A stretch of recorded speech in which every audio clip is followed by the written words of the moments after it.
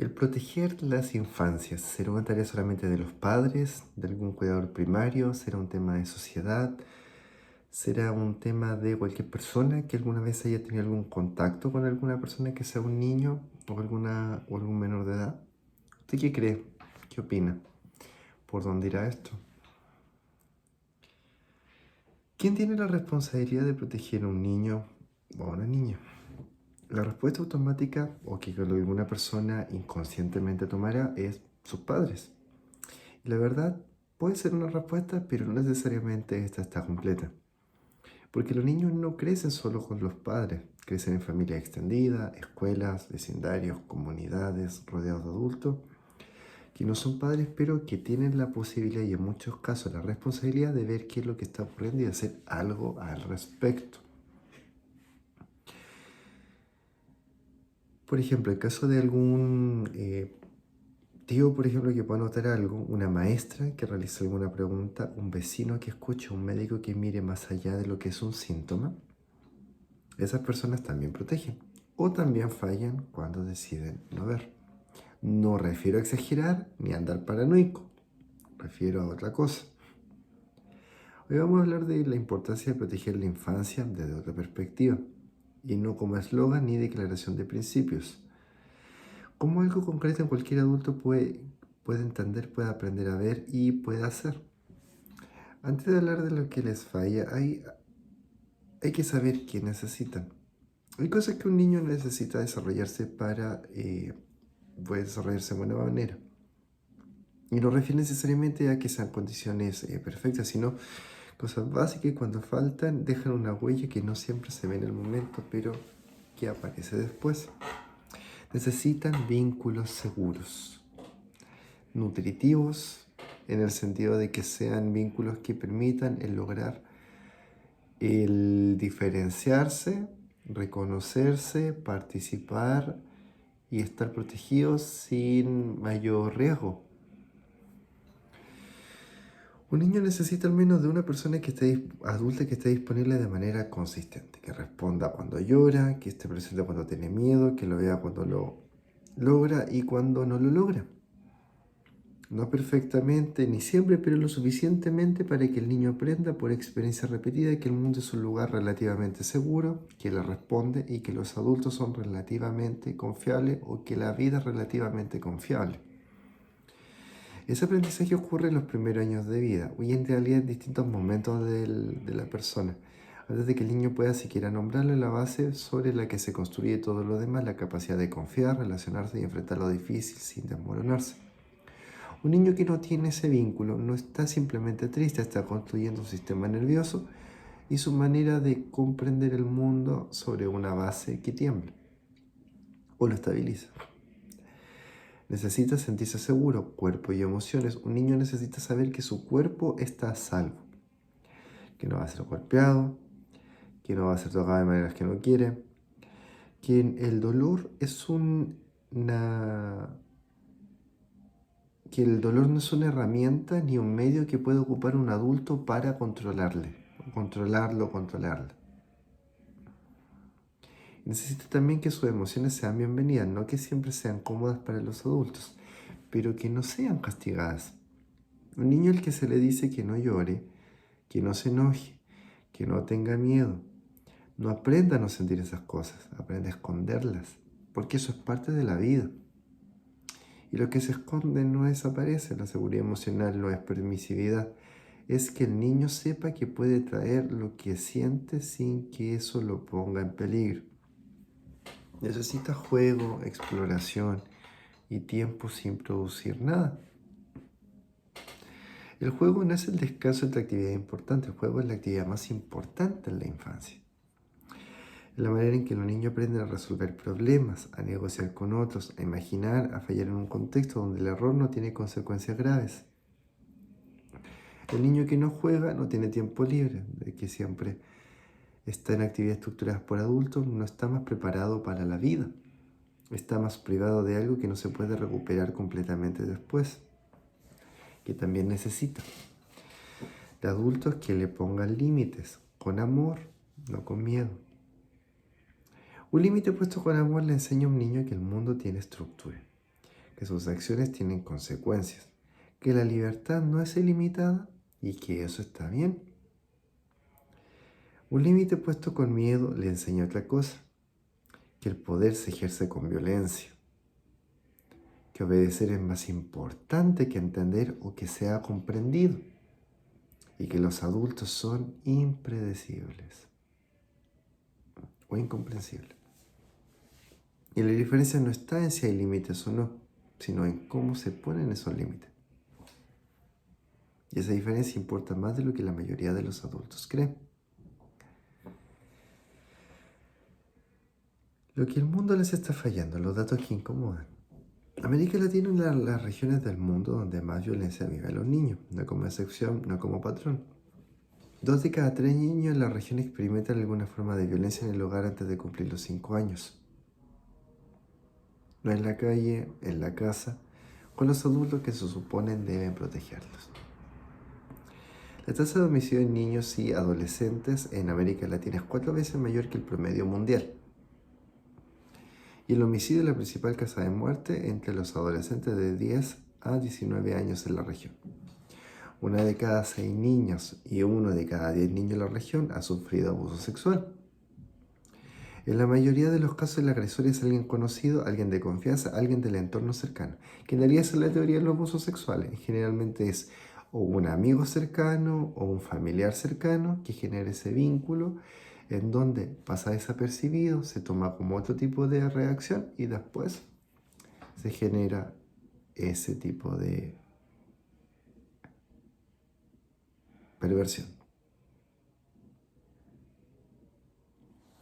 Lo que significa que golpear a un niño es, en muchos lugares, perfectamente legal. Esos números no son abstractos, son niños reales con nombre viviendo cosas que no deberían vivir. Y detrás de casi todos esos números hay adultos que sabían, que podían saber y que no hicieron nada. No siempre por maldad, a veces por no saber qué hacer. O también por ignorancia, porque de alguna forma también eso es parte de lo que hay que tener en consideración, sobre todo en el mundo actual, de los distintos depredadores, por entre comillas, que hay.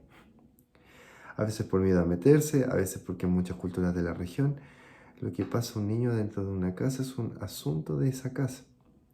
Eso es exactamente lo que más niño en peligro deja sin protección.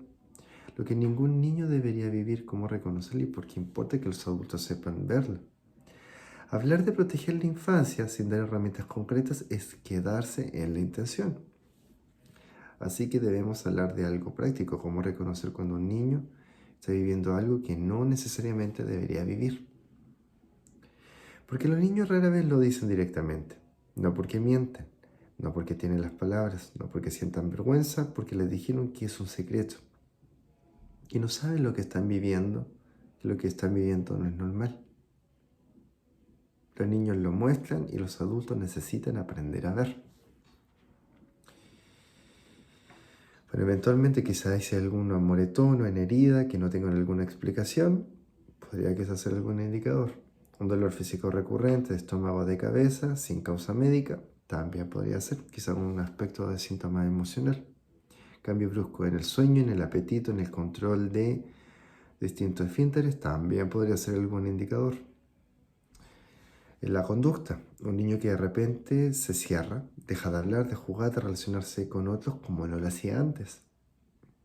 Un niño que se vuelve agresivo sin una razón aparente. La agresión de un niño pequeño casi siempre es el lenguaje de algo que no se puede decir de otra manera. Un niño que tiene miedo de volver a un lugar, de estar con una persona en específica, de quedarse solo con él. Curioso, así como abruptamente. Ese miedo puede tener algún origen. Puede haber alguna manipulación, puede haber algún temor, puede haber algún tema real, quién sabe. Conductas sexualizadas inapropiadas para la edad. Porque eso no ocurre en el vacío. ¿De dónde se adelantó eso? Señales en las relaciones. Un niño que evita el contacto físico con alguien específico o que se tensa con alguna persona cuando entra en alguna habitación. Que busca cualquier excusa para no estar cerca. Un niño que de repente tiene acceso a determinados quizás regalos, privilegios, cosas que no tiene usted saber de dónde vienen. Un niño que parece cuidar a los adultos en lugar de ser cuidado por ellos, que está simplemente pendiente del estado de ánimo de los mayores, que tiene miedo de molestar o que seas invisible. Ahí también hay otro indicador. Ninguna de estas señales es un diagnóstico, pero todas son razón para preguntar, acercarse, tratar de ver.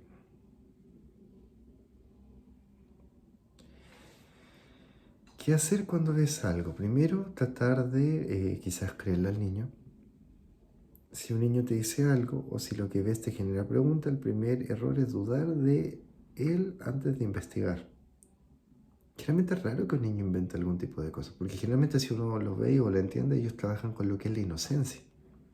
Entonces, de la inocencia a que se corrompa o que algo interfiera, ¿qué pasó? Y las consecuencias de no creerle a un niño que dice la verdad son mucho más graves que las consecuencias de investigar algo que pueda resultar un malentendido. ¿Cómo entender de dónde viene eso? Segundo, no investigar solo. Si sospechas que un niño está viviendo algo grave, no es tu responsabilidad resolverlo tú solo ni confrontar directamente al posible agresor. Eso puede poner al niño en mayor peligro. No necesariamente lo está protegiendo. Lo que sí puede hacer es hablar con algún profesional, psicólogo, médico, trabajadora social, y la autoridad de protección infantil o alguien que tenga mayor especialización respecto a su país. Tercero, no guardar silencio para proteger a la familia o el círculo social. El silencio que protege a los adultos que dañan destruye a los niños que no pueden defenderse solos. Un niño que tiene un adulto que lo cree y actúa tiene una posibilidad real de salir de lo que está viviendo, de salir de lo que está viviendo. Un niño que no tiene a nadie así está completamente solo. Lo que cualquier adulto puede hacer, proteger la infancia no requiere un título, requiere persistencia, de sensibilidad. No tienes que necesariamente ser psicólogo, un activista o tener hijos. En realidad cualquier adulto tiene cerca, o con un niño cerca, tiene algo que puede hacer. Ser un adulto de confianza, los estudios sobre resiliencia infantil muestran una y otra vez que los niños que sobreviven situaciones difíciles sin daño permanentemente tienen casi siempre algo en común. Al menos un adulto en su vida los vio, confió en ellos y en quien ellos pudieron confiar. No tiene que ser el padre o la madre, en realidad puede ser algún tutor. Puede ser un tío, un abuelo, un maestro, un vecino, cualquier adulto que esté dispuesto a estar presente de manera consistente a protegerlo y no a vulnerarlo. Y ser ese adulto no necesariamente requiere ni una formación especial, ni necesariamente cuantiosas sumas de dinero. Requiere de tiempo, atención y disposición de tomar en serio lo que un niño te dice. Hablar de cuerpo, límite y seguridad con los niños que tienes cerca, los niños que conocen los nombres correctos con sus partes del cuerpo, que saben que su cuerpo les pertenece, que entienden la diferencia entre algo seguro y lo que no lo es, tienen más herramientas para reconocer y comunicar cuando algo está mal, porque lo va a alertar. No hay una ambigüedad. Y esa conversación no tiene que ser ni dramática ni complicada. Puede ser parte de... Hay que saber acercarse. Parte de cómo se habla de determinados límites, el derecho a decir que no, incluso a los adultos, incluso a los mismos familiares, que generalmente puede ser lo más peligroso. Un niño que sabe que puede decir que no a un adulto y que eso está bien tiene una protección que ningún candado puede dar. Es revisar también qué es lo que normalizamos. Hay cosas que muchos adultos vivieron en su propia infancia y que aprendieron a tratar como normales. Algunos los daban golpes como forma de disciplina, el silencio por sobre lo que pasa en la casa, hay cosas que no se hablan, la idea de que los niños deben obedecer sin preguntar, la burla o la humillación como formas de enseñar. Que algo sea habitual no lo hace inofensivo. Y uno de los actos más importantes que un adulto puede hacer por la infancia es revisar honestamente lo que normalizó. Decidir conscientemente qué quiere reproducir y qué quiere romper. La violencia contra los niños se transmite, pero también se puede cortar el ciclo. Y esa interrupción ocurre cuando un adulto decide, de manera consciente, no hacer lo que le hicieron a él. Como por ejemplo, no mirar para otro lado. Si ves que algo no está bien, diga algo, haga algo. No tienes que resolver el problema solo, no tienes que saber exactamente qué hacer. No se trata de hacer un show. Porque también no es llegar y emitir una alerta por cualquier cosa, de forma de pánico, jugar al superhéroe. Porque si usted quiere ayudar de alguna forma, lo peor que puede hacer es un escándalo. Eso no es una ayuda. A usted con esos niños lo vulnera, lo expone más fuertemente, porque cuando usted no esté, ahí lo van a agredir o agredir. Entonces, no necesariamente va esa, no es una forma práctica ni estratégica de afrontarse a ese tipo de situaciones. La diferencia de un niño no tiene la diferencia es que un niño no tiene segunda oportunidad. Lo que ocurre en esos años importa y lo que no ocurre también.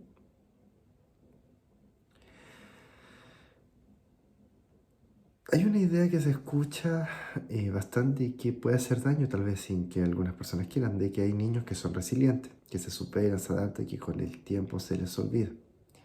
Y los niños que no son resilientes porque son pequeños y fuertes, son resilientes porque tienen adultos que los protegen, que los ven y que no los dejan solos con lo que debían cargar. Lo que va sucediendo de que igual la biología, una persona cuando tiene un cuidador o alguna persona significativa, se corregula con otro. Entonces, el escucharlo, el verlo, el sentirlo, el saber que está ahí, el recibir algún estímulo de forma constante, eso corregula la biología. Y eso de alguna forma le permite al sistema nervioso del niño o de la persona, de forma significativa, el decir que hay alguien más, que hay una respuesta que va a recibir y que ese problema que está no lo va a enfrentar solo o de forma aislada, sino que en el medio, en el sistema o en lo que está sucediendo interna o externamente, eso se va a regular y no va a ser algún evento que va a aumentar en gravedad ni que tampoco no va a tener lugar.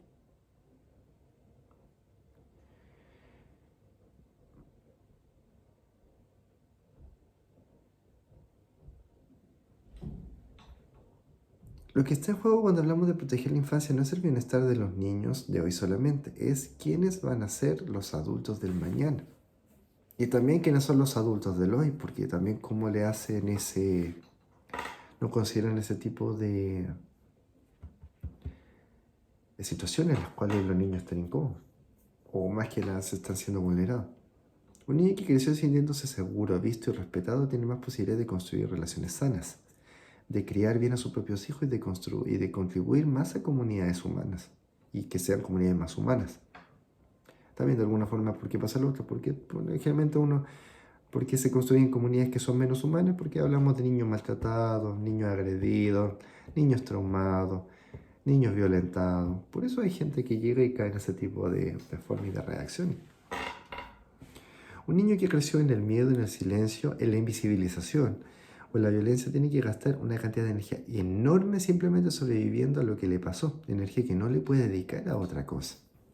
Proteger tu infancia o proteger la infancia no es altruismo, es construir el mundo en el que todos vamos a vivir, en el que tú estás viviendo. Si este episodio te hizo pensar en un niño concreto que tienes cerca, bien.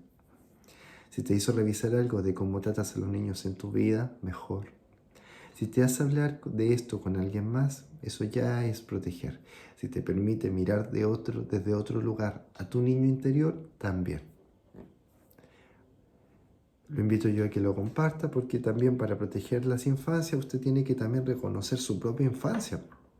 Si para usted lo maltrataron, lo invisibilizaron, lo agredieron o constantemente lo traumaron o le generaron situaciones agresivas, ¿no sería raro de que para usted cuando vea una situación de ese tipo le sea algo completamente normal o algo que en verdad considere que da lo mismo? Porque es parte de su vida. Pero que sea parte de su vida no significa que tenga que ser así. Que le haya pasado a usted no significa que le tenga que pasar algo a alguien más. O porque haya sucedido antes no significa que tenga que seguir sucediendo. Y no se trata de vivir en una sociedad de cristal, sino es que se trata de vivir también que uno no puede estar viviendo ni en una sociedad perversa, ni insensible, ni que todo da lo mismo, ni que sigan ocurriendo las mismas horrorosidades que siguen ocurriendo. Porque ese mismo evento que ocurre en un momento así en chiquitito, después quizás también se va agrandando y generan estos tipos y estas personas que toman las decisiones que toman o manipulan a la gente que manipulan o destruyen las cosas que destruyen. Entonces, ¿estamos hablando de una sociedad de cristal? ¿O estamos hablando de una sociedad que permite que pase todo y después de alguna forma no se hace cargo tampoco de ninguna cosa, al contrario? ¿Eso es exagerar? ¿O eso es vendarse los ojos y hacer como que las cosas no pasan? ¿Por qué pasa? ¿Cuál cree usted que es la respuesta? Sé que usted tiene más razón que yo y tiene más conocimiento que yo.